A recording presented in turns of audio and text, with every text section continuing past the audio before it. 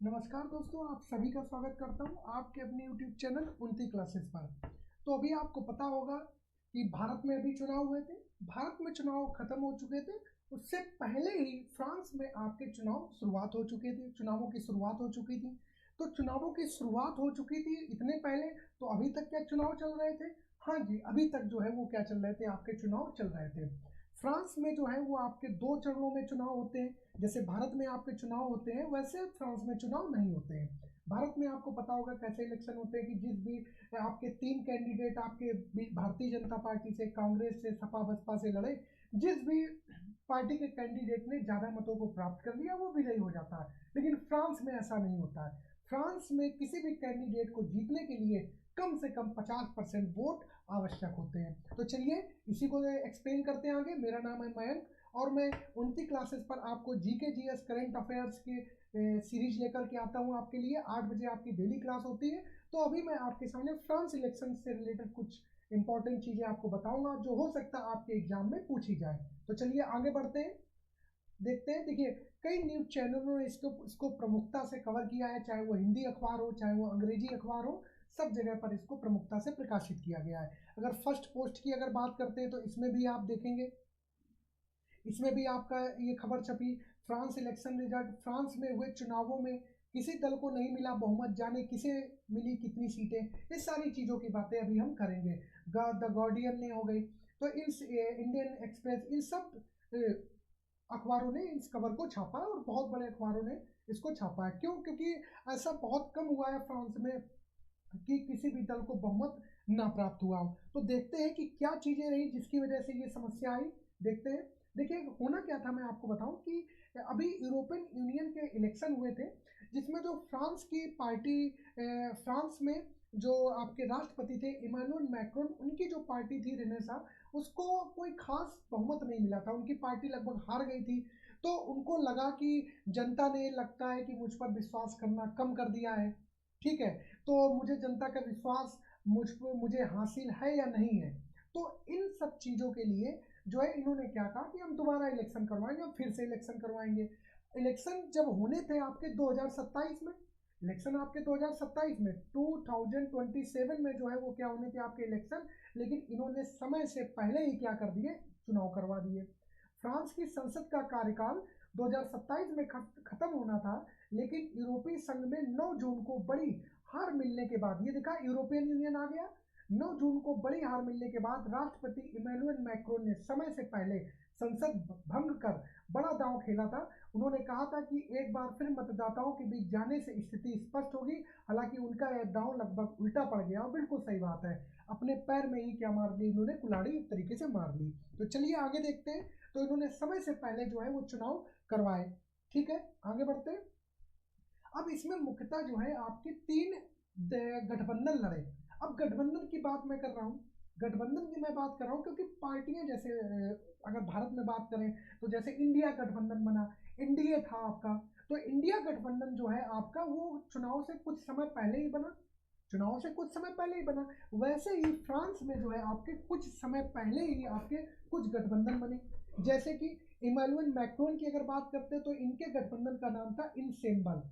और वहीं अगर बात करते हैं लेफ्ट की, जो लेफ्ट पार्टीज, लेफ्ट विचारधारा, वामपंथी विचारधारा को फॉलो करती हैं, वो है आपकी न्यू पॉपुलर फ्रंट, एनएफपी। इसके नेता जो थे जीन ल्यूक मेलेंचन थे। वहीं अगर राइट की बात करें, ये होती है फार राइट, फार राइट, ये हो गए आपके फार लेफ्ट। बात समझ में आ गई? फार लेफ्ट, ये फार राइट। इनकी जो पार्टी थी, इनका जो गठबंधन था उसका नाम था नेशनल रैली अलायंस, आरएन था। इसकी जो नेता थी वो थी मरीन ले पेन। अब जैसे बात करते हैं ये फार लेफ्ट क्या है, फार राइट क्या, और ये सेंट्रिस्ट, ये क्या थे आपके, सेंट्रिस्ट थे। ठीक है, अब ये क्या, देखिए, फार लेफ्ट की बात करें तो आपके लेफ्ट गठबंधन, लेफ्ट विचारधारा वाले लोग थे। और जो ये फार राइट थे, ये थे आपके जो आपके राइट विचारधारा वाले, राइट विचारधारा को मानने वाले लोग थे।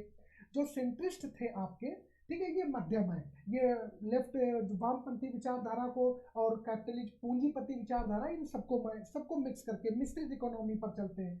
तो फार राइट में बात करें तो आपके पूंजी कैपिटलिस्ट विचारधारा को, और जो फार राइट पार्टी थी इसने आपका जो है जो प्रवासन का मुद्दा था, जो इमिग्रेंट का मुद्दा था, उसको बहुत जोरों से उठाया। कि फ्रांस में पता होगा आपको कि एक तरीके से कई बार हिंसा देखने को मिलती है, ठीक है, तो कई बाहरी लोग आकर के, ठीक है, जैसे भारत में आपके आकर के लोग बसते हैं, वैसे फ्रांस में भी जो है वो बाहरी लोग आकर के बसते हैं, उनको नागरिकता मिलती है, सरकार कानून बनाती है नागरिकता देने के लिए। उसी प्रकार से प्रवासन का मुद्दा भी जोर शोर से मरीन ले पेन ने उठाया था। इतनी बात समझ में आई आपको? थोड़ा सा आगे बढ़ते हैं, अब देखते हैं। देखिए पहले थोड़ी सी हम चुनाव प्रक्रिया समझ लेते हैं क्या है। जैसे कि भारत में आपके 2 सदन होते हैं। देखिए मैं आपको पूरा लिख लिख के बता रहा हूँ, भारत में जैसे 2 सदन होते हैं आपके, lower house upper house, Lok Sabha या राज्यसभा, वैसे ही फ्रांस में भी जो है वो क्या होते हैं आपके 2 सदन होते हैं। इसमें जो आपका निचला सदन है, इसमें जो आपका निचला सदन है इसको क्या बोलते हैं? नेशनल असेंबली बोलते हैं। अभी मैं आपको भारत से कंपेयर करके बताऊंगा इसे, इसे क्या बोलते हैं? नेशनल असेंबली बोलते हैं। और जो ये आपका उच्च सदन है, जो आपका ये उच्च सदन है, इसको क्या बोलते हैं? सीनेट बोलते हैं। क्या बोलते हैं? सीनेट बोलते हैं। अगर हम भारत में बात करें, भारत में उच्च सदन को क्या बोलते हैं? आपका राज्यसभा बोलते हैं। और निचले सदन को क्या बोलते हैं? आपका लोकसभा बोलते हैं। क्या बोलते हैं? आपका लोकसभा बोलते हैं। बात समझ में आ गई? इतनी बात समझ में आ गई आपकी? ठीक है। तो नेशनल असेंबली में अगर बात करें तो आपकी 577 सीट है। कितनी है आपकी? 577 सीट है, जिसमें कि आपकी 289 बहुमत के लिए चाहिए। 289 जो है आपका बहुमत के लिए चाहिए। जैसे भारत में बात करें तो 543 लोकसभा सीटों के लिए चुनाव होते हैं, जिसमें कि आपको 272 का पूर्ण बहुमत है, ठीक है। तो भारत में बात करें तो जैसे कि भारतीय जनता पार्टी को 240 सीटें मिली, हालांकि पूर्ण बहुमत नहीं मिला, लेकिन उन्होंने गठबंधन के साथ मिलकर के सरकार बनाई। तो वैसे ही देखते हैं यहाँ आगे क्या होगा। तो फ्रांस में बात करें तो 30 जून को प्रथम राउंड हुआ। इसमें 2 राउंड हुए आपके, प्रथम राउंड हुआ। बात समझ में आ गई आपको? फिर आपका 7 जुलाई को, समझते रहिएगा, बहुत आसान भाषा में बता रहा हूं मैं आपको, 7 जुलाई को द्वितीय राउंड हुआ, सेकेंड राउंड आपका हुआ। जो आपका जो प्रथम राउंड हुआ था आपका, ठीक है, उसमें से आपके 76 लोग चुनाव जीत चुके थे। मतलब 76 लोग ऐसे थे जिनको 50% वोट जो है मिल चुका था, वो जीत गए। 50% वोट जो है 50% वोट जो उनको मिल चुका था। 76 लोगों में से आपको बताएं जो लगभग 39 लोग थे, 39 लोग थे वो थे आपके फार राइट। अभी मैंने आपको बताया फार राइट क्या, फार राइट नेशनल रैली को मिल चुके थे। अब नेशनल रैली, अब यहीं पर बात को थोड़ा सा समझिएगा। जब पहले राउंड हुआ तो पहले राउंड में बात करते हैं तो जो नेशनल रैली थी उसको 39 सीटें मिल चुकी थी। तो जब 39 सीटें नेशनल रैली को मिली तो फ्रांस में जो लेफ्ट विचारधारा के लोग थे या जो सेंट्रिस्ट लोग थे या जो और भी लोग थे, जिनके मन में ये बैठा कि जब अगर नेशनल रैली की अगर सरकार आ जाती है तो जो हमारा क्या होगा, जो लोग प्रवासी थे, बाहर से रह के जो लोग काम कर रहे थे, ठीक है, उनको, उनके लिए इनका रूख बहुत सख्त था। तो थोड़ा सा लोगों में एक अनिश्चितता उत्पन्न हुई, लोग घबराए। तो फिर लोगों ने आगे क्या काम करा, फिर लोगों ने आगे द्वितीय राउंड की जब वोटिंग हुई तो उसमें और लोगों को वोट दिया। उसमें नेशनल रैली क्या हो गई, पिछड़ गई। फार राइट जहां पर बहुत आगे जा रही थी पहले राउंड में, फिर क्या हुआ कि हालांकि लोग ये भी कहते हैं, वहाँ के जो रिपोर्टर हैं कहते हैं कि प्रथम और जो द्वितीय राउंड हो, इनका जो प्रचार था, जो फार राइट लोग थे, मारिन ले पेन की जो नेशनल आपकी नेशनल रैली अलायंस जो था वो आपका, उसका प्रचार भी बहुत धीमा था। इतनी बात आपको समझ में आ गई होगी कि फ्रांस में अगर कम से कम अगर आपको जीत हासिल करनी तो आपको 50% वोट चाहिए ही चाहिए। भारत में क्या है कि कोई भी पार्टियां लड़ी, अलग अलग लोग लड़े, जिनको भी ज़्यादा वोट परसेंट प्राप्त हो गया वो जीत हो जाएगा। जैसे कि अगर बात करें बीजेपी को, मान लीजिए कि अगर आपको 2 लाख, एक कैंडिडेट 2,40,228 वोट मिल गए। एसपी की बात करें आपको 3,35,000 वोट मिल गए। बीएसपी की अगर बात करते हैं तो इसको 2,25,000 वोट मिल गए।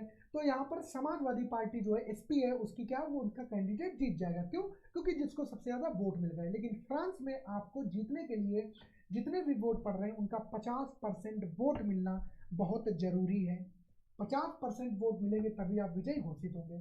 फिर क्या हुआ आपका, फ्रांस में संसदीय चुनाव की बात करें तो 9 जून को क्या हुआ, 2022 में चुनी गई संसद जो थी वो भंग कर दी गई 9 जून 2024 को। 21 जून 2024 को पहले दौर के उम्मीदवारों की सूची जारी कर दी गई। 30 जून 2024 को संसदीय चुनावों का पहला चरण हुआ। जो पहला चरण हुआ ये बताया मैंने, उसमें 76 लोग जीत चुके थे, जिनको 50% वोट मिल चुके थे। उसमें से 39 लोग जो थे वो far right national rally alliance के लोग जीते थे। फिर 2 जुलाई 2024 को दूसरे दौर के लिए आवेदन जमा करने की अंतिम तिथि थी और 7 जुलाई 2024 को संसदीय चुनावों का दूसरा चरण समाप्त हो गया। तो इसीलिए आज मैं 10 जुलाई को आपको ये चीज़ें डिस्कस कर रहा हूँ। तो 7 जुलाई को जो है वो क्या हो गया आपका, ये दूसरा चरण हुआ, उसके रिजल्ट आने लगे। रिजल्ट आए तो क्या हुआ, देखिए कुल सीटें 577 हैं, जिसमें 289 में आपको क्या बहुमत हासिल करना है। न्यू पॉपुलर फ्रंट एनएफपी जो चुनावों के कुछ समय पहले ही बना था, जिसके नेता जीन ल्यूक मेलेंचन थे, इनको 32.6% वोट प्राप्त हुआ और इनको कुल 188 सीट मिल गई। ठीक है। इन सिंबल जो कि सेंट्रिस्ट है, इनको इमैनुअल मैक्रोन जो अभी वर्तमान में राष्ट्रपति है, उनको 161 सीट मिली। और नेशनल रैली अलायंस जो है फार राइट पार्टी है आपकी, जिसकी नेता मरीन ले पेन है, उनको 142 सीट मिली। बल्कि यही जो नेशनल रैली अलायंस है आपका, ये जब प्रथम चरण जब हुआ था तो उसमें बहुत आगे से जा रही, फिर आगे फिलहाल ये पिछड़ गई। अब ये देखिए 570 सीट में क्या रहा, न्यू पॉपुलर फ्रंट को 188 सीटें मिली, इसमें आपका वोट शेयर 26.3% रहा। इन सिंबल जो कि इमैनुअल मैक्रोन का गठबंधन है, उसको 166 सीट मिली, 24.7% वोट मिला। और नेशनल रैली अलायंस आरएन की बात करें तो 142 सीट यहाँ पर है, जिनको 37.1% बोला सबसे ज्यादा वोट मिला। हालांकि वोट सबसे ज्यादा मिला लेकिन कैंडिडेट नहीं जीते। हालांकि कैंडिडेट बाकी अन्य गठबंधन भी है, रेस्ट रिपब्लिकन्स है, अदर पार्टी, उनको भी अपनी अपनी सीटें मिली। तो मतलब वही बात होगी, फ्रांस में भी जो है वो कैसी सरकार बनेगी आपकी, गठबंधन सरकार बनेगी। गठबंधन सरकार बनेगी। अब जो सत्ता बनाने की जो चाबी है, क्योंकि सबसे ज्यादा जो सीटें आई वो एनएफपी की आई है, नेशनल न्यू पॉपुलर फ्रंट की आई है। तो इमैनुअल मैक्रोन जो चाहे हो सकता है, इमैनुअल मैक्रोन खुद भी बन सकते हैं, उनकी भी ठीक ठाक सीटें आई हैं। हालांकि किसी भी गठबंधन को कोई भी पूर्ण बहुमत जो है वो आपका प्राप्त नहीं हुआ है। ठीक है, तो देखते हैं किसकी सरकार बनती है। तो अब किंग मेकर बनेंगे मैक्रो, ये देखने वाली बात होगी। चुनाव में वामपंथी दलों के गठबंधन को सबसे ज्यादा सीटें मिली, जो उनकी फार लेफ्ट की मैंने बात की, जिसके नेता कौन है आपके, जीन ल्यूक मेलेंचन है आपके। नतीजों के बाद फ्रांस में कई जगहों पर हिंसा भी देखने को मिली। ठीक है, हालांकि भारत में अभी चुनाव हुए, हालांकि पश्चिम बंगाल या कुछ और राज्यों को छोड़ करके कहीं भी कोई भी हिंसा देखने को नहीं मिली। ठीक है। अब नेशनल असेंबली का जो सत्र है वो 18 जुलाई से शुरू होगा। नेशनल असेंबली मैंने आपको बताया, फ्रांस में जो है दो सदन है आपके भारत की तरह, एक नेशनल असेंबली है, दूसरा सीनेट है। तो नेशनल असेंबली का जो सत्र है 18 जुलाई को, तो संभवतः 18 जुलाई तक जो है फ्रांस में आपको नई सरकार देखने को मिल सकती है। क्या नई सरकार का गठन हो सकता है, नई सरकार का जो है वो गठन हो सकता है संभवतः 18 जुलाई से पहले, 18 जुलाई तक। ठीक है, बात इतनी समझ में आई आपको, क्लियर हुई? तो आप जरूर बताइए कि मैंने बहुत ही कम समय में आसान भाषा में आपको फ्रांस में जो इलेक्शन हुए वो लगभग चीज़ें आपको एक्सप्लेन करी। आपको कोई भी डाउट लगता तो आप कमेंट बॉक्स में कमेंट करिए, मैं उसका उत्तर आपको जरूर दूंगा। ठीक है, और डिस्क्रिप्शन में मैं आपको टेलीग्राम चैनल का लिंक दूंगा, उससे आप लोग जुड़ जाइए। और आपकी डेली क्लास होती है आज से 8:45 9 बजे तक। आज हालांकि क्या हुआ कि इंटरनेट की प्रॉब्लम हो गई, तो आपका क्या हुआ कि नेट चला गया, तो क्लास जो है वो आपकी नहीं हो पाई। ठीक है, तो फिर मिलेंगे अगले वीडियो के साथ। आप जरूर बताइएगा ये वीडियो आपको कैसा लगा। धन्यवाद। थोड़ा सा आप लोग चैनल को सब्सक्राइब कीजिए, वीडियो को लाइक शेयर जरूर कीजिएगा। धन्यवाद।